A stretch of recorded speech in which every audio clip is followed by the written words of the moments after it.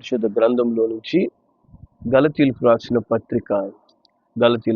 పత్రిక 3వ అధ్యాయము 13-14 వచనాలు మనం చదువుకుందాం.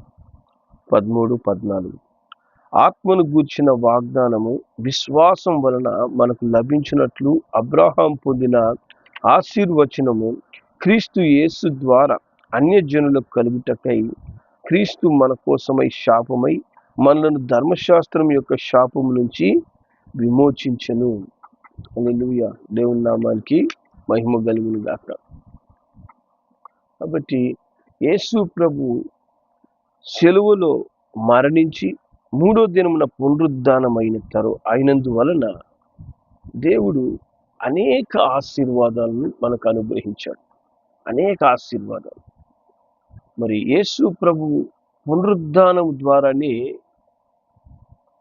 భూమి మీద నివసిస్తున్న ప్రతి మనుష్యుడు దీవించబడ్డాడు, సంపూర్ణ ఆశీర్వాదాలు పొందుకున్నాడు. హల్లెలూయా. మరి నిన్నటి దినమున మనము పాపము నుంచి విడుదల అనుగ్రహించి పాపం మన మీద ఇకపై పని చేయదు అని మనం తెలుసుకున్నాం. హల్లెలూయా. యేసుతో కూడా మనం కూడా పునరుద్ధానం అయ్యామంటే, యేసుతో కూడా మనం పరిశుద్ధ జీవితంలోనికి లేపబడ్డామంటే ఇక పాపము మన మీద రాజ్యమేలదు. రెండవదిగా యేసు ప్రభు శిలువ మీద మరణించి తిరిగి లేచుట ద్వారా మనల్ని ప్రతి శాపం నుంచి, ప్రతి మరణం నుంచి విడుదలిచ్చాడు. ప్రతి విధమైనటువంటి శాపము, దానివల్ల వచ్చే మరణాన్ని నుంచి యేసు మనకు విడుదలిచ్చాడు. హల్లెలూయా. దేవుని నామానికి మహిమ కలుగును గాక. మరి మనం గమనించినట్లయితే మానవుల జీవితాల్లో అనేక విధమైనటువంటి తెలియనటువంటి శాపములు వాళ్ళు వెంబడిస్తూ ఉంటాయి. అది ఎందువల్ల జరుగుతుందో తెలియకుండా అనుకోని యాక్సిడెంట్స్ అయితేనేమి, అనేకమైన అనుకోనటువంటి సంభవాలు, ఇబ్బందులు, వ్యాధులు, దీర్ఘకాలమైన వ్యాధులు, తర్వాత కుటుంబంలో సమాధానం లేకుండా కుటుంబాలు విడిపోవడము, ఎన్ని ప్రయత్నాలు చేస్తున్నా నష్టము, పోరాటాలు, శారీరకమైన శ్రమలు, ఆత్మ సంబంధమైన శ్రమలు, ఇలాంటివన్నీ కూడా దేనికి కారణం అంటే శాపానికి కారణం. సో దేవుని వాక్యము చెప్తుంది, ఇర్మియా గ్రంథము 32వ అధ్యాయము, ఇర్మియా గ్రంథము 32వ అధ్యాయము 18వ వాక్యాన్ని మనము చదువుదాం. ఇక్కడ దేవుని వాక్యం ఏం చెప్తుందంటే, నీవు వేవేల మందికి కృప చూపుచు తండ్రుల దోషమును వారి తర్వాత వారి పిల్లల మీద ఒడిలో వేయువాడు. చూసారా, దేవుడు అంటే ఎటువంటి వాడంటే వేవేల మందికి కృప చూపించే దేవుడు మాత్రమే కాదు, పితరుల యొక్క దోషము వారి పిల్లల మీద శాపముగా మారడానికి దేవుడు వేస్తాడంట. అటు పాపము యొక్క శాపము బిడ్డల మీద కొనసాగుతుంది. కాబట్టి చూడండి, చాలామంది జీవితాల్లో వాళ్ళు మంచిగా జీవించడానికి ప్రయత్నం చేస్తున్న వాళ్ళ పితరులు చేసినటువంటి ఏదో ఒక తప్పిదము, ఏదో ఒక దేవునికి విరోధమైన క్రియ, అది శాపముగా బిడ్డల జీవితాల్లో కొనసాగుతూ ఉంటుంది. దానివలన పలు విధాలైనటువంటి శరీర సంబంధమైన వ్యాధులు, కుటుంబంలో అకారణమైనటువంటి సమస్యలు, కారణం లేకుండా ఇబ్బందులు, వాటికవే సమస్యలు క్రియేట్ అవుతుంటాయి. వీటన్నిటికి కారణం ఏంటంటే తండ్రుల, లేకపోతే వాళ్ళ యొక్క తల్లిదండ్రుల, వారి యొక్క తల్లిదండ్రుల యొక్క దోషం. దేవుడు అంటాడు, 4 తరాల వరకు మీ పితరుల యొక్క దోషం కొనసాగుతుందని చెప్పి. అంతేకాకుండా కీర్తనలు 38వ అధ్యాయం, కీర్తనలు 38వ దావీదు కీర్తన,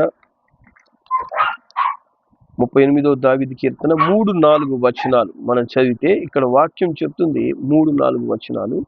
నీ కోపాగ్ని వలన ఆరోగ్యము నా శరీరం విడిచిపోయాను, నా పాపం బట్టి నా ఎముకల్లో స్వస్థత లేదు, నా దోషములు నా తల మీదుగా పొర్లి ఉన్నవి, నేను మోయలేని బరువు వలె అవి నా మీద మోపబడి ఉన్నాయి.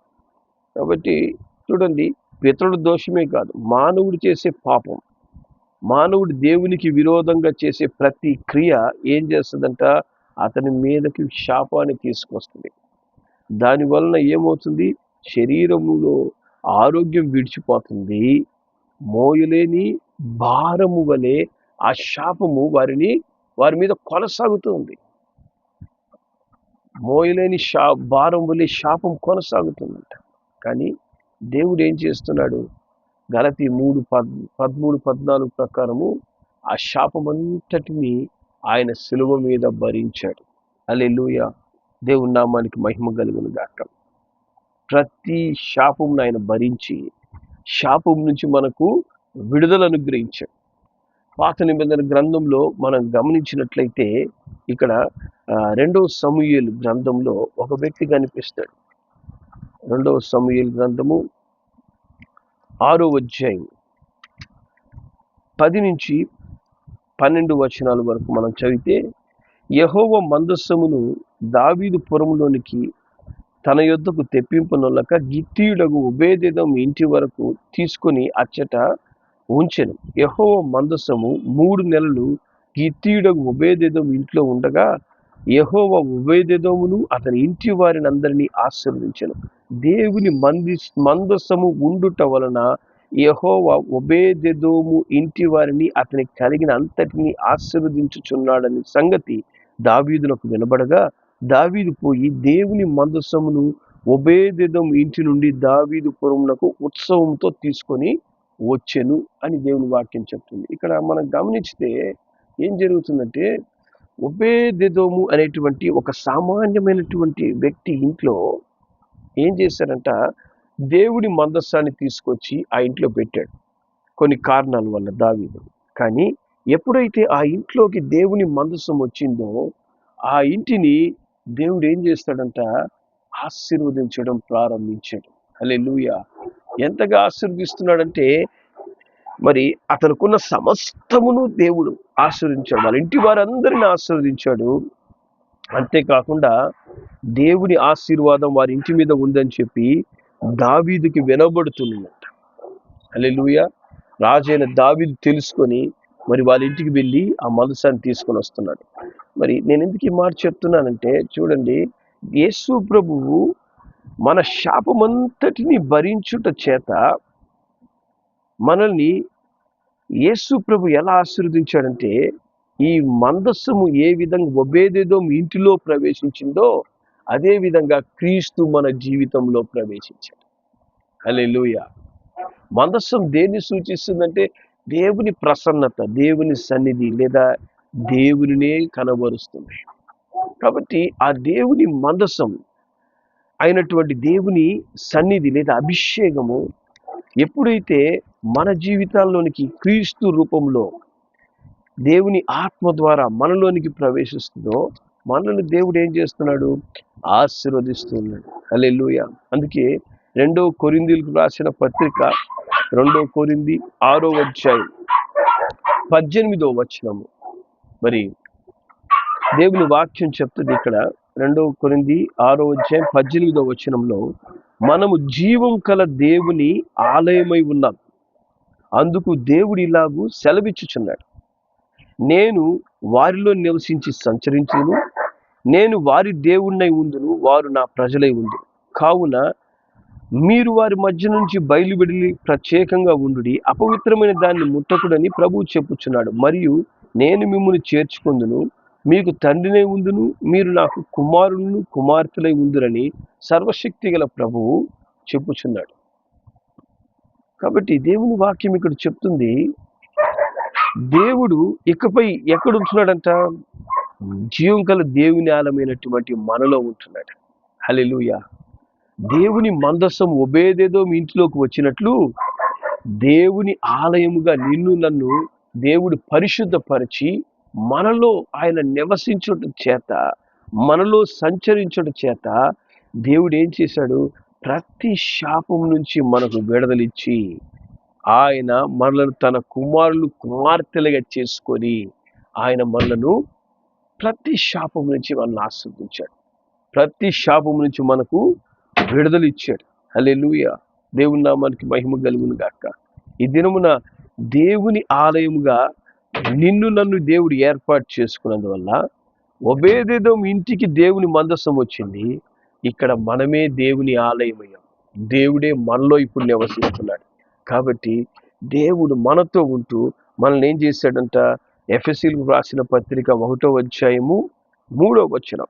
ఎఫెసీ 1:3లో దేవుని వాక్యం చెప్తుంది, మన ప్రభు అయిన యేసుక్రీస్తు యొక్క తండ్రి యొక్క దేవుడు స్తుతించబడునుగాక.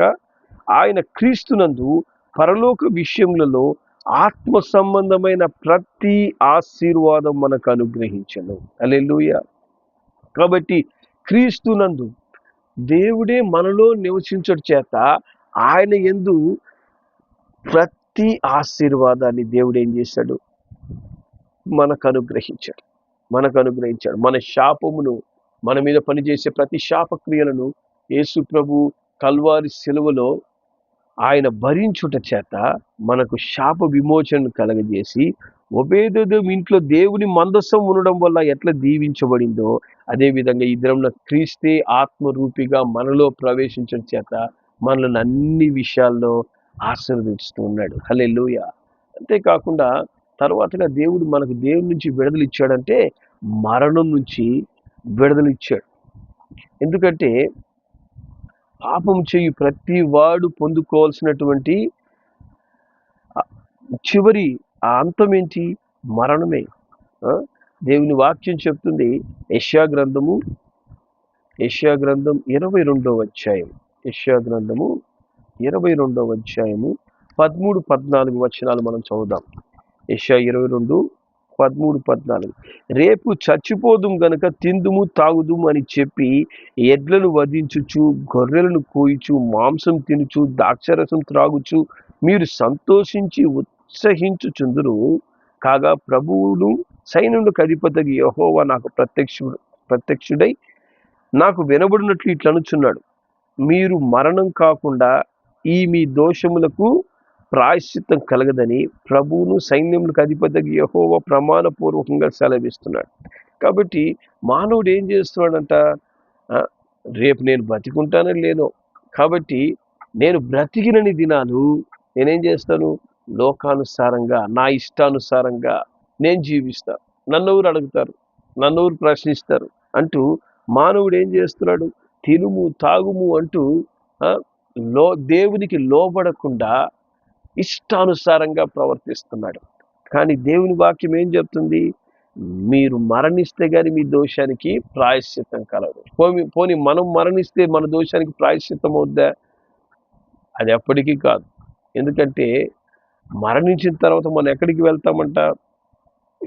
దేవుని వాక్యం చెప్తుంది, యోబు గ్రంథము 10వ అధ్యాయము చూద్దాం. యోబు గ్రంథం 10వ అధ్యాయము 20-22 వచనాలు. 20-22 వచనాల్లో దేవుని వాక్యం చెప్తుంది, నా దినములు కొంచెమే కదా, తిరిగి వెలుపలికి రాజాలని దేశమునకు, అంధకారము మరణాంధకారము గల దేశమునకు, కటిక చీకటైన గాఢాంధకారమయమైన దేశమునకు, భ్రమ పుట్టించు మరణాంధకార దేశమునకు, వెలిగే చీకటిగా గల దేశమునకు నేను వెళ్ళక ముందు కొంతసేపు నేను తెప్పరిల్లునట్లు నన్ను విడిచి నా జోలికి రాకుండుము. కాబట్టి పాపం చేసిన వాళ్ళు ఎక్కడికి పోతారంట? అంధకారము మరణాంధకారము కలిగిన దేశానికి వెళ్తారు. కటిక చీకటి గాఢాంధకారమైనటువంటి దేశం అంటే ఏంది? నరకానికి వెళ్తారు. కాబట్టి అట్టి మరణములో పాపం చేయి ప్రతివాడు నిలబడున్నాడు. పాపం చేయి ప్రతివాడు నిలబడున్నాడు. కానీ దేవుని వాక్యం చెప్తుంది, కీర్తనలు 68:20లో 68వ అధ్యాయము 20వ వచనము, దేవుడు మా పక్షమున పూర్ణ రక్షణ కలగ చేయు దేవుడై ఉన్నాడు, మరణం తప్పించుట ప్రభు అయిన యెహోవా వశము. కాబట్టి ఈ యొక్క పాపం వలన వచ్చు శిక్ష అయినటువంటి శాశ్వతమైన మరణం నుంచి పూర్ణ రక్షణ కలగ చేయు దేవుడు మన ప్రభు అయిన యేసుక్రీస్తు. మరణం తప్పించుట ఆయన వశం అంట. హల్లెలూయా. దేవుని నామానికి మహిమ కలుగును గాక. కాబట్టి మత్తయి సువార్త 4వ అధ్యాయం, మత్తయి సువార్త 4వ అధ్యాయము 16వ వచనంలో దేవుని వాక్యం చెప్తుంది. 16వ వచనము, జెబూలూను దేశమును, నఫ్తాలి దేశమును, యోర్దానుకు ఆవలనున్న సముద్ర తీరమున అన్యజనులు నివసించు గలిలయయు చీకట్లో కూర్చుండి ఉన్న ప్రజలను గొప్ప వెలుగు చూచిరి. మరణ ప్రదేశంలోను మరణ ఛాయలోను కూర్చుండు వారికి వెలుగు ఉదయించెను. హల్లెలూయా. కాబట్టి మరణ ఛాయలో కూర్చున్న వాళ్ళకి, మరణ ప్రదేశములలో నివసిస్తున్న వారికి ఏమైంది? ఒక గొప్ప వెలుగుగా ప్రభువైన యేసు ప్రకాశించాడు. గొప్ప వెలుగుగా ప్రభువైన యేసు దిగి వచ్చాడు. హల్లెలూయా. కాబట్టి పాపం వలన వచ్చే జీతమైనటువంటి ఈ మరణాన్ని యేసు ప్రభు విజయము ద్వారా మరణాన్ని మింగివేశాడంట. హల్లెలూయా. మరణాన్ని మింగివేసి మనకేం చేశాడు? రోమీలకు రాసిన పత్రిక 5వ అధ్యాయము, రోమా 5:10 వచనంలో దేవుని వాక్యం ఈ విధంగా చెప్తుంది. రోమా 5:10, ఏలైనగా శత్రులమై ఉండగా ఆయన కుమారుని మరణము ద్వారా మనము దేవునితో సమాధానపరచబడిన ఎడల సమాధానపరచబడిన వారమై ఆయన జీవించుట చేత మరి నిశ్చయంగా రక్షించబడుదుము. హల్లెలూయా. కాబట్టి మనం శత్రువులమై ఉండగా యేసు ప్రభు మన పాపముల నిమిత్తము మరణించి దేవునితో సమాధానపరిచి ఆయన మరణాన్ని జయించి లేచి జీవిస్తున్నాడంట ఇప్పుడు. హల్లెలూయా. ఆయన పునరుద్ధరణైనందువలన మరి నిశ్చయముగా మనం రక్షించబడతాం. దేని నుంచి? శాశ్వత మరణాన్ని నుంచి. హల్లెలూయా. శాశ్వతమైన మరణాన్ని నుంచి. ఆ మరణం నుంచి దేవుడు ఏం చేశాడు? మనల్ని తప్పించాడు. మనము పొందుకోవాల్సినటువంటి మరణం, మన పాపము, మన దోషము నిమిత్తం పొందుకోవాల్సిన మరణాన్ని యేసు ప్రభు వెలుగుగా, మరణ ఛాయలో ఉన్న మన కొరకు వెలుగుగా ప్రకాశించి ఆయన ఆ మరణాన్ని స్వీకరించడం ద్వారా దేవునితో సమాధానపరిచాడంట. హల్లెలూయా. ఆయన మరణాన్ని జయించి లేచి ఈ దినమున సజీవుడిగా ఉన్నందువలన మనము రక్షించబడుతున్నాం శాశ్వతమైన మరణం నుంచి. హల్లెలూయా. అందుకని దేవుని వాక్యం చెప్తుంది, యోహాను సువార్త 5వ అధ్యాయము, యోహాను 5:24 వచనం ఈ విధంగా చెప్తుంది, నా మాట విని నన్ను పంపిన వాని యందు విశ్వాసం ఉంచువాడు నిత్య జీవం కలవాడు. వాడు తీర్పులోనికి రాక మరణములో నుండి జీవములోనికి దాటి ఉన్నాడని మీతో నిశ్చయంగా చెప్తున్నాను. నిశ్చయముగా మనం ఏమయ్యామంట?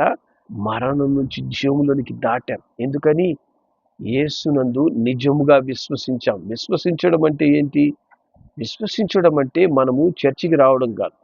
విశ్వసించడం అంటే హృదయపూర్వకంగా దేవుని దగ్గర మనం పశ్చాత్తాపడి, అయ్యా నా పాపములు బట్టి నీ దగ్గర పశ్చాత్తాపడుతున్నాను తండ్రి, అయ్యా నేను ఈ పని చేసి ఉండకూడదు అంటే, పశ్చాత్తాపడడం అంటే క్షమించమని అడగడం కాదు. మొట్టమొదటి ఏంటంటే నేను ఈ పని చేయకూడదని మనము హృదయంలో నొచ్చుకోవాలి. హృదయంలో నేను చేసిన తప్పని మనం గ్రహించాలి. ప్రభువు దగ్గర మనం నిజంగా ఒప్పుకొని వాటిని మనము విడిచిపెట్టాలి. అటు పాప జీవితము, ఆ యొక్క రోత జీవితాన్ని మనం ఎప్పుడైతే విడిచిపెట్టి దేవుని దగ్గర సమాధాన పడతామో ఆయన రక్తం మన పాపములన్నిటిని కడిగి వేసి మనల్ని ఏం చేస్తుందంట? తీర్పులోనికి రాక మరణం నుంచి జీవంలోనికి నడిపించేస్తుంది. ఎందుకంటే పాపం చేసిన ప్రతి ఒక్కడికి ఒక తీర్పు అనేది ఉంది. ఆ తీర్పు ఎక్కడ? దేవుని ఎదుట ఉంటదంట. హల్లెలూయా. దేవుని ఎదుట ఆ తీర్పు ఉంటది. అందుకే ప్రసంగి గ్రంథంలో దేవుని వాక్యం ఈ విధంగా చెప్తారు. ప్రసంగి గ్రంథం 11వ అధ్యాయము 9వ వచనంలో, యవనుడా నీ యవనమందు సంతోషపడు, నీ యవన కాలమందు నీ హృదయం సంతుష్టిగా ఉండని, నీ కోరిక చొప్పునను నీ దృష్టి యొక్క ఇష్టం చొప్పునను ప్రవర్తించుము. అయితే వీటన్నిటిని బట్టి దేవుడు నిన్ను తీర్పులోనికి తెచ్చునని జ్ఞాపకం చేసుకో. కాబట్టి మన ఇష్టానుసారంగా నేను జీవిస్తాను, నేను ఏ తప్పు చేసినా ఎవరు చూస్తాడు, నేను ఏ అబద్ధం చెప్తే ఎవరికేం తెలుసు, నేను నటిస్తూ ప్రవర్తిస్తుంటే మరి మా ప్రేమ కలిగి ఉన్నట్టు నేను ప్రవర్తిస్తుంటే ఎవరికి తెలుసు? దేవునికి తెలుసు. దేవుడు ఏమంటున్నాడు ఇక్కడ? ప్రతి దాన్ని బట్టి తీర్పులోకి ఆయన తెస్తాడంట. ప్రతి దాన్ని బట్టి దేవుడు తీర్పులోకి తెస్తాడని మనం జ్ఞాపకం ఉంచుకోమంటాడు. మనం మర్చిపోతామేమో, జ్ఞాపకం ఉంచుకోండి. అన్ని దేవుడి తీర్పులోకి తెస్తాడు. ఆ తీర్పు నుంచి తప్పించడానికే ప్రభువైన యేసు ఏం చేశాడు? మన కొరకు రక్షకుడిగా జన్మించాడు. ఎందుకని? ఆ పాపము దేవుని దగ్గర ఒప్పుకొని విడిచిపెట్టి ఇకనైనా మనం పరిశుద్ధంగా జీవించడానికి, ఇకనైనా మనము దేవునితో సమాధానపడి ఒక మంచి జీవితం జీవించడానికి. హల్లెలూయా. యేసు ప్రభు మరి ఆ యొక్క శాపమును, ఆ యొక్క మరణాన్ని స్వీకరించడం చేత ఈ దినం మనం ఏమయ్యాము? యేసు ప్రభుతో కూడా శాపము నుంచి, మరణం నుంచి లేపబడి మనం విడుదల పొందుకొని ఈ దినమున దేవుడిచ్చినటువంటి ఆ గొప్ప రక్షణలో, ఆ గొప్ప సమాధానంలో, సంతోషములో మనం ఆశీర్వాదంగా జీవిస్తూ ఉన్నాం. హల్లెలూయా. మన కొరకు వేదనను, శ్రమను, ఆ మరణాన్ని పొందుకున్నటువంటి దేవాది దేవుని, మరణాన్ని జయించి లేచినటువంటి ప్రభు అయిన యేసుని మనం ఎల్లప్పుడూ జ్ఞాపకం ఉంచుకోవాలి. ఎల్లప్పుడూ ఆయనకు స్తుతి చెల్లించాలి.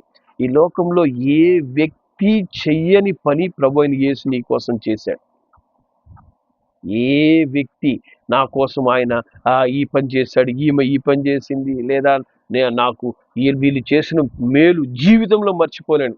ఎన్ని మేలన్నా చెప్పండి, యేసు ప్రభు చేసిన మేలుకు మించినటువంటి మేలు ఏదైనా ఉందా అంటే ఆయనకు మించిన మేలు ఇంకొకటి లేదు. ఎందుకంటే మనము శాపములో, పాపములో చచ్చిన స్థితిలో ఉన్నప్పుడు ఏ మానవుడు మనకు విడుదల ఇవ్వలేదు.